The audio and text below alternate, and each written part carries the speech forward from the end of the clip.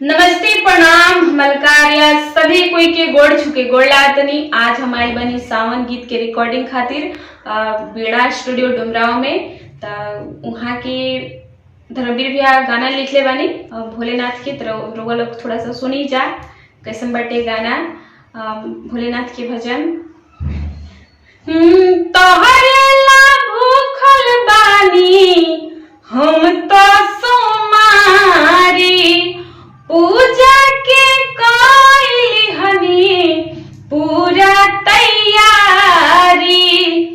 तोहरे ला भूखल बानी हम तो सोमारी पूजा के कइली हनी सारा तैयारी।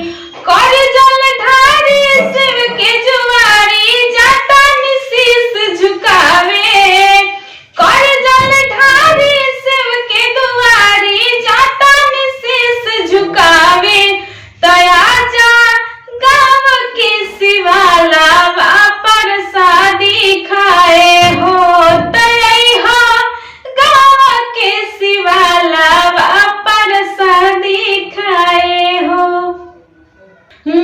सखी सहेली साथ जई है हो मामी भोले जी के कृपा से रही न कमी। सखी सहेली साथ जई है हो मामी भोला जी के कृपा से रही न कमी। करी हो न देरी पूजा के बेरी आई हो नजर बचा के। करी हो न देरी पूजा के बेरी आई हो नजर बचा के। तया जा गाँव के शिवाला पर शादी खाए हो।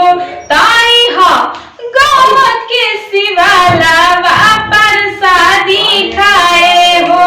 तोहरे ला भूखल बानी हम तो तोहरे ला भूखल बानी हम तो सोमारी पूजा के कइली हनी सारा तैयारी। तोहरे ला भूखल बानी हम तो सोमारी पूजा के कइली हनी सारा तैयारी। कर जल ढारी शिव के दुआरी जाता शीश झुकावे। कर जल ढारी शिव के दुआरी जाता शीश झुकावे। तया जा गाँव के शिवाला पर शादी खाए हो।